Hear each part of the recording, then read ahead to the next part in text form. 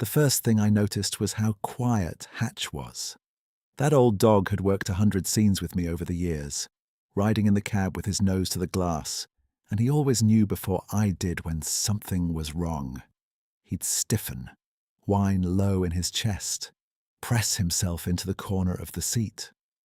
But that morning on the spur road, with the rain just letting up and the hemlocks dripping cold water onto the hood of the truck, Hatch sat straight and still with his ears up and his amber eyes fixed on the tree line. Not afraid. Something closer to attentive, like he was listening to a sound just above what I could hear. I was standing maybe 10 feet from a man I didn't know, a man who had come to the end of his last working day on a decommissioned road in the Oregon Coast Range. And he was covered. Not with a tarp, not with anything anyone in my profession carries to a scene. He was covered with hemlock boughs, each one placed deliberately, the soft, dark needles overlapping from his feet to the crown of his head, the whole arrangement tidy in a way that stopped me cold the first second I saw it. I'd been photographing scenes for the county for 19 years. I had a category for everything. I did not have a category for this. If you've ever had a moment that split your life into before and after, you already know why I'm telling this story the way I am. I need to back up to explain what I was doing on that road at all, because the honest answer has almost nothing to do with the county's contract and almost everything to do with a woman named Deb and a porch rail and 2 years of silence I had no way to break on my own. Deb died in October 2 years before that morning on the spur road. She went quickly, the way people say when they mean it was a mercy and they do not want to elaborate. We had been married for 38 years. She was 61 and I was 63, and I had not once in all those years thought seriously about what the house would feel like without her in it. I found out on the first morning.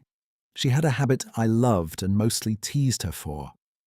Every day before breakfast, she'd go out to the porch rail and leave something there, a wrapped biscuit in wax paper, or a wedge of cornbread, or a handful of crackers with a small bowl of water alongside it.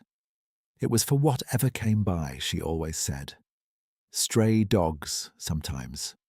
A pair of loggers who walked that road every Monday and Wednesday in the early years before the spur was decommissioned. Once, a young man on foot, she said looked like he hadn't eaten since Thursday. She never made a production of it. She just kept it going the way you keep a wood stove going, because the alternative is a cold house. After she was gone, I stopped. I didn't decide to stop. I just stopped waking up with the thought of doing it, and so it didn't get done, and the porch rail stayed bare. I stopped returning calls too, which is a harder thing to explain. Roy Farris, who dispatched my county work for 11 years, left 3 voicemails over the first month that I didn't answer.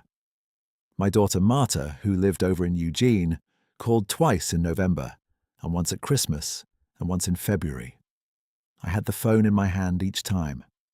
I listened to the rings, and then I put it face down on the table and went back to whatever I'd been pretending to do. It wasn't anger. Marta hadn't done anything. Roy hadn't done anything. I'd just run out of the capacity to be a person other people had to contend with, and it seemed kinder at the time to remove myself from the equation. That's what I told myself. Looking back, I think I was just very tired and very stubborn and very wrong, but you can't always see that from the inside of it. I spent most of that first year doing maintenance, the kind of maintenance a man does when he needs his hands busy, but his mind somewhere else. I re-chinked the south wall of the cabin, which didn't need it. I split 3 cords of fir that the neighbours across the road eventually helped me use because I had more than I could burn in a decade. I cleaned every piece of camera equipment I owned twice and then stacked it in cases in the back room and didn't open the cases again. Hatch stayed close. He'd been Deb's dog first, technically, though he'd followed me around more in the last few years, the way old animals sometimes shift their allegiance toward whoever is slower and quieter. He was 11 by the time of that November, brown and grey across the muzzle, with the low-slung carriage of a hound that has done its share of walking and earned the right to take a corner of the couch. He slept at the foot of my bed every night that first year, which he'd never done before. I didn't stop him. Roy called again in late September, about 6 weeks before the Spur Road call. He left a message that was more businesslike than the earlier ones, and I think he knew that was the register that would reach me. "Clint," he said, "I've got a call coming up that needs a photographer with your credentials. Remote access, county coroner's got a delay, and there's nobody else I trust for a solo on a scene like this. You can say no. I'm just asking." I listened to the message twice, and then I called him back. Not because I felt ready or because grief had run its course, or any of the things people say about the right time to return to things. I called him back because Roy was correct, that motion feels safer than stillness, and I had been very still for a very long time. "I'll take it," I told him. "You sure?" I said I'll take it. There was a pause on his end, the kind where a practical man is deciding whether to push further. Roy decided not to push. He gave me the details and we said goodbye, and that was the whole conversation. The call came in on the 3rd of November. A reported logging fatality on a decommissioned spur road that branched off the main county road about 9 miles from my place. The spur ran roughly 4 miles back into second-growth timber that the county had closed to active logging about 8 years prior. There was no active crew on it. Someone had apparently gone in on their own, and something had gone wrong, and a passing driver had seen a truck at the trailhead and then seen it again the following morning and called it in. I loaded my cases into the truck at 5:30 in the morning. Hatch was already sitting by the passenger door, which was the only campaign he'd run on behalf of himself in years, and I let him in. The drive took about 20 minutes on roads I knew. The Coast Range in early November has a particular quality of light, grey and diffuse, the kind of light that makes everything look like it was left out overnight. The timber on either side of the road was dense, old second growth, hemlock and Douglas fir mostly, with the occasional big-leaf maple going gold at the edges of clearings. The clouds were sitting low on the ridge tops. There'd been rain overnight, and the road surface had that dark, wet look that means the tyre marks you see are recent. I pulled onto the spur road at the junction and felt the truck drop into the ruts immediately. The road hadn't been graded since it was decommissioned. The brush had come back along the shoulders, alder mostly, close enough to scratch the mirrors on both sides in the tight spots. I drove slow, letting the four-wheel drive do what it needed to do. Hatch rode with his nose to the glass the way he always had, watching the trees. About 3 miles in, I found the man's truck, a 10-year-old Dodge with worn tyres and a hydraulic jack stand in the bed. It was pulled off to what passed for a shoulder on the right side. I parked behind it and sat for a moment, running through the professional checklist I had run 100 times before. No other responders on scene, which I'd expected. This was the reality of remote work in rural county territory. You got there first, often enough, and you did what you could until the rest arrived. I pulled on my vest and grabbed the first camera case. Hatch made his move toward the door and I said, "Hold on," and he settled. I got out and walked forward. The body was about 40 yards ahead of the truck, just off the road surface on the left side where the ground dropped slightly toward a seep. And from 20 feet out I could already see that something was wrong with what I was seeing, or rather, something was wrong with my expectations of what I would see. He was covered. I stopped walking. I stood there for a moment in the grey morning light, looking at a mounded shape on the ground that was overlaid, completely overlaid, with hemlock boughs. Long branches, the kind that come from the lower limbs of a mature western hemlock, where the foliage is dense and soft and dark green. They'd been laid from the man's feet upward, overlapping like shingles, each bough placed so that the tips of the lower layer were covered by the base of the one above it. The arrangement was thorough. You couldn't see anything of the man underneath except the vague suggestion of a shape. My first thought was that someone from the county had gotten there ahead of me and done it. That was the most sensible explanation, and I held on to it for about 30 seconds. Then I thought about the road conditions and the time of the call and the absolute absence of any other tire tracks in the mud between my truck and the body, and I let that explanation go. My second thought was that it had been a work partner or a friend who'd come in behind the man and found him, and done this out of some impulse toward decency before calling it in. I walked back to the two trucks and looked at the ground around them carefully. One set of boot prints leading forward from the Dodge, a man's size 12 by the spread of them, deep in the soft shoulder. No prints returning. No second set of any kind. I stood there long enough that my breath started fogging in front of me. Then I went back to my truck and let Hatch out.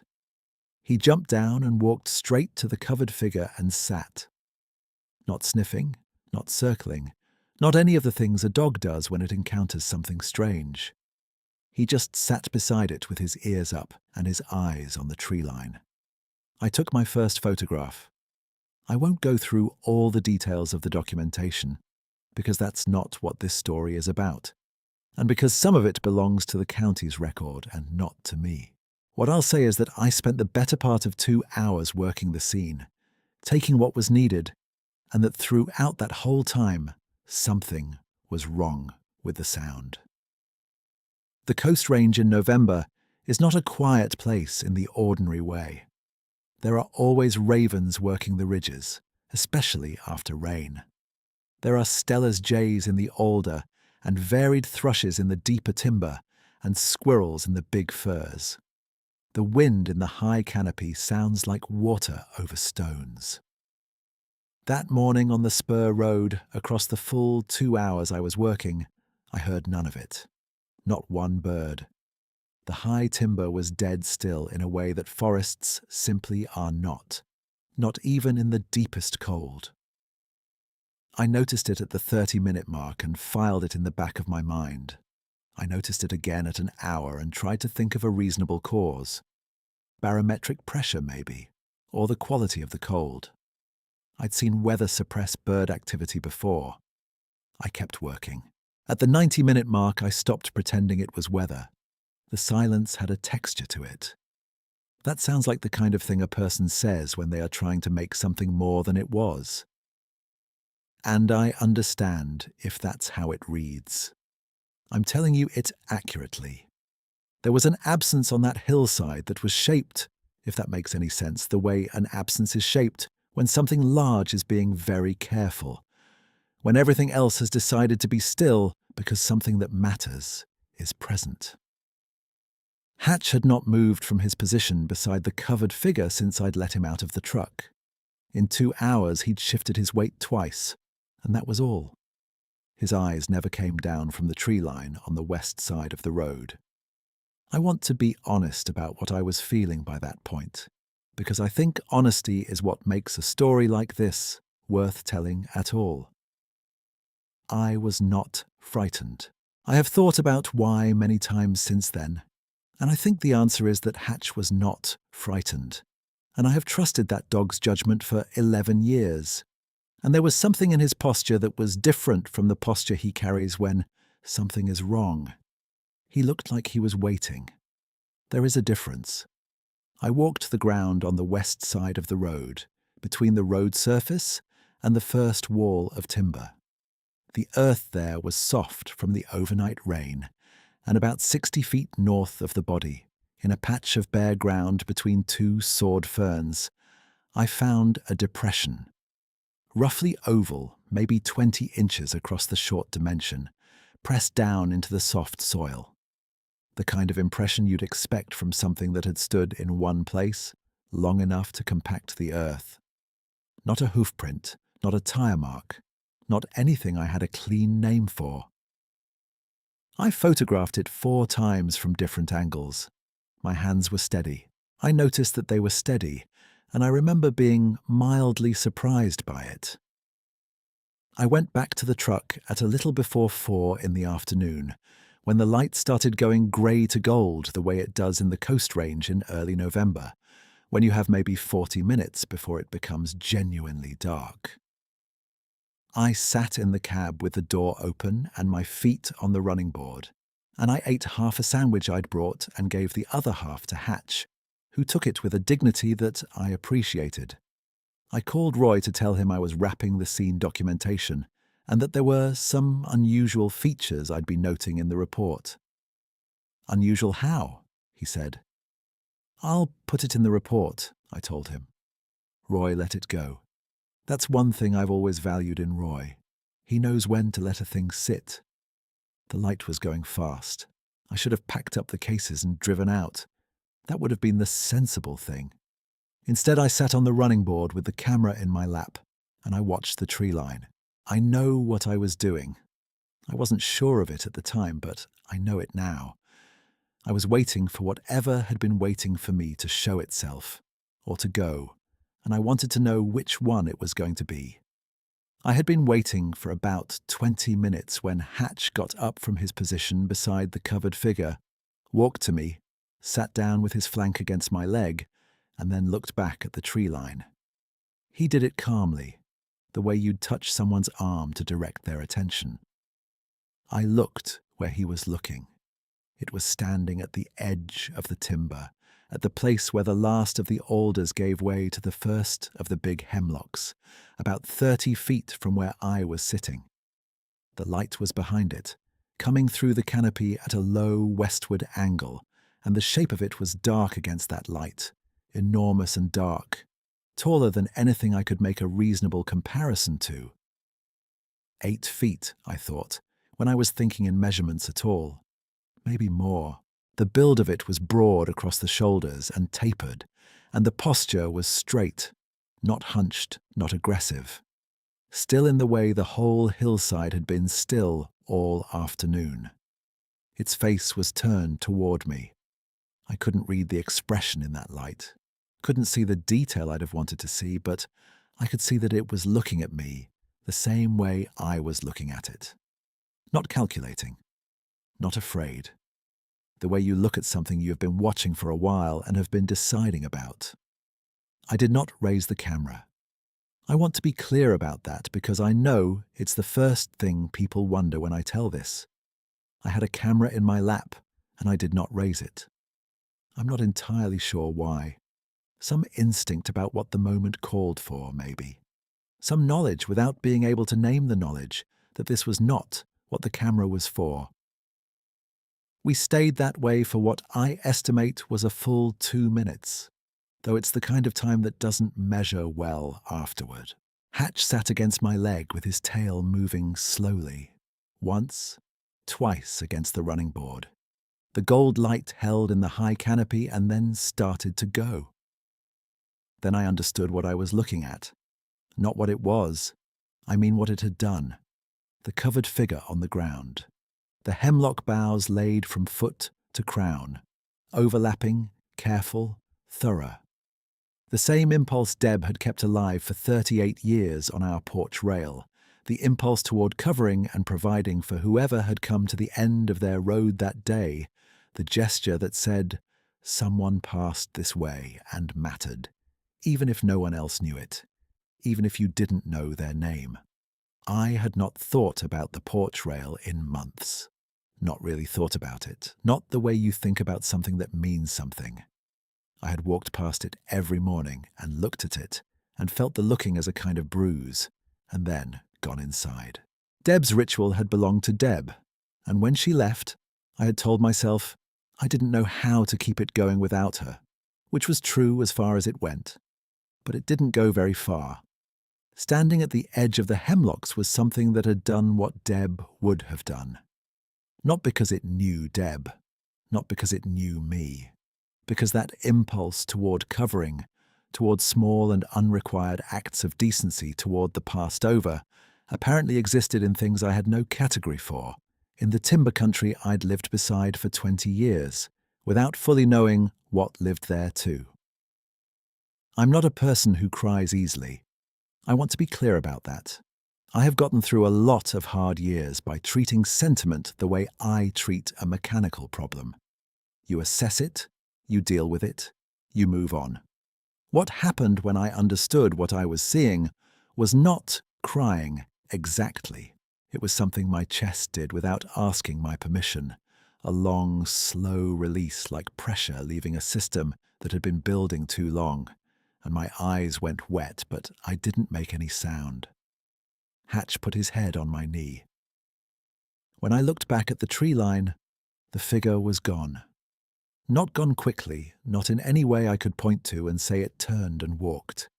It was simply no longer there, and the alders at the timber's edge were still, and the light was going fast now, and somewhere up on the ridge a raven called once, and then was quiet. I sat on the running board for a while after that. I don't know exactly how long. Long enough for the cold to settle properly into my legs, long enough for the stars to show in the strip of sky between the ridge tops. Hatch stayed with his head on my knee, and I kept one hand on his neck, the way I have on cold nights when we're both just sitting with something.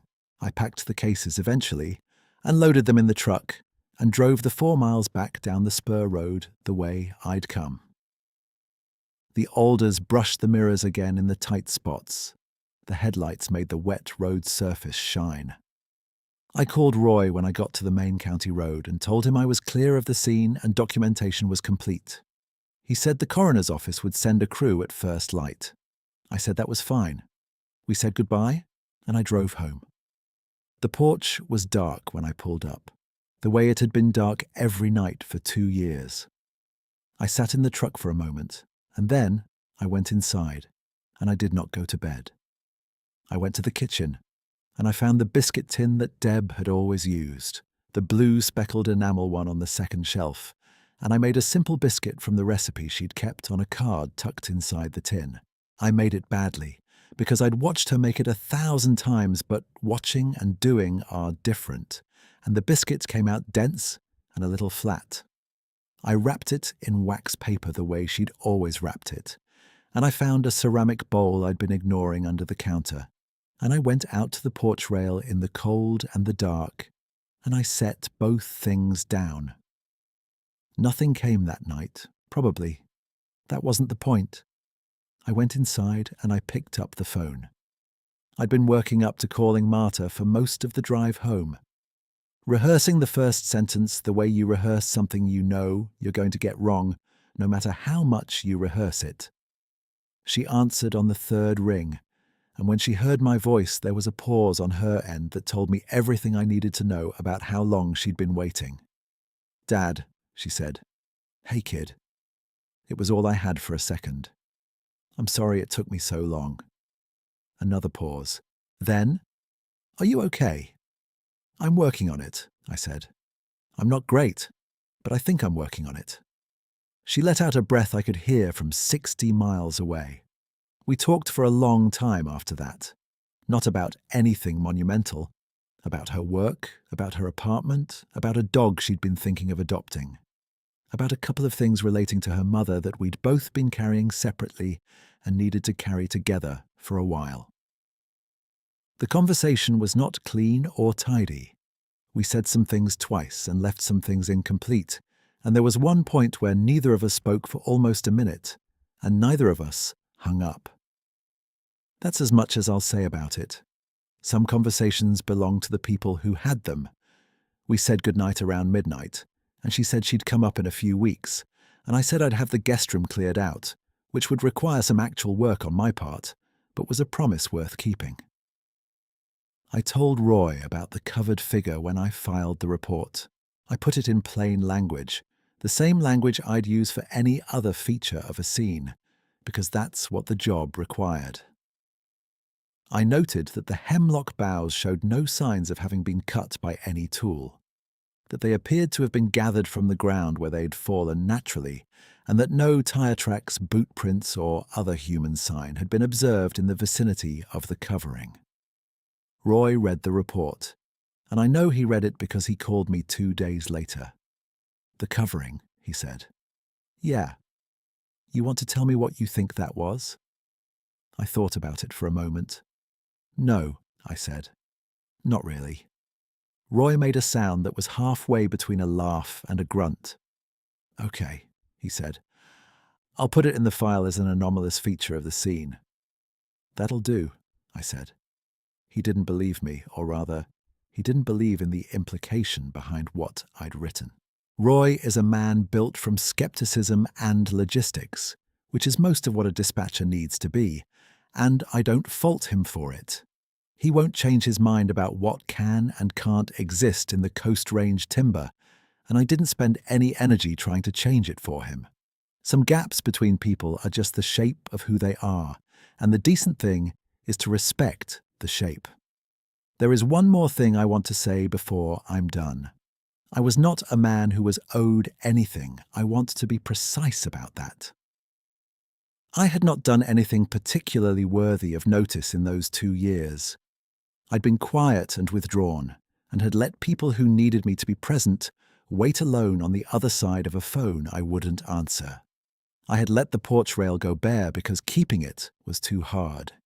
And too hard is sometimes a reasonable answer, but it's not always a decent one. I had been carrying a weight and refusing help, and telling myself that was the same as managing whatever was in those trees that November had not been watching me for 2 years, and keeping score and deciding I'd finally earned an act of grace. I do not believe it works that way. I think I was a man alone in a piece of timber at the lowest hour of a hard season, and something in that timber had a capacity for care that ran deeper and wider than anything in my understanding.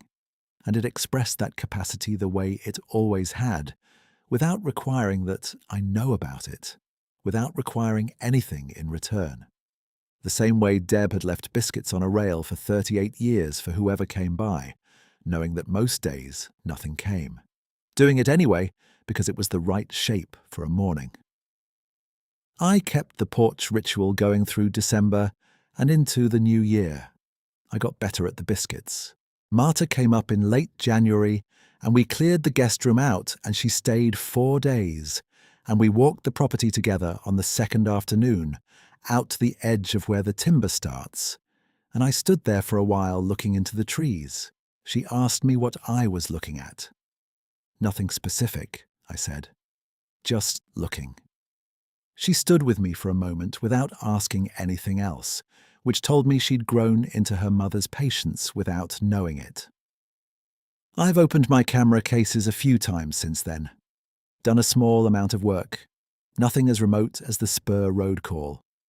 I drive the county road past the Spur junction sometimes when I'm heading into town, and I look down the rutted track at the alder and the hemlock, and I don't feel what I used to feel when I thought about the 2 years after Deb. The loss is still there. It doesn't go anywhere, not really. It just changed its weight somehow, the way a thing changes weight when you understand it has been witnessed by something larger than you. If you've ever carried something like that alone, you might know what I mean. If you haven't yet, I think the world has more room in it than we generally credit.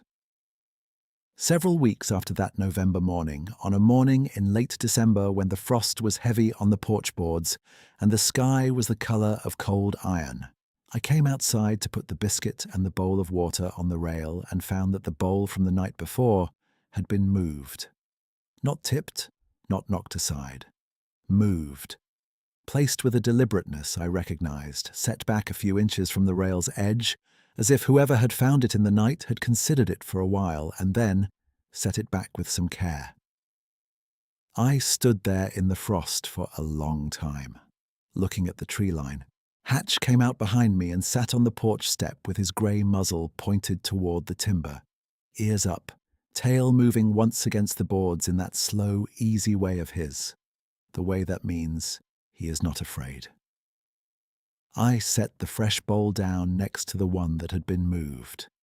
Then I went inside to make coffee and left the porch to the morning.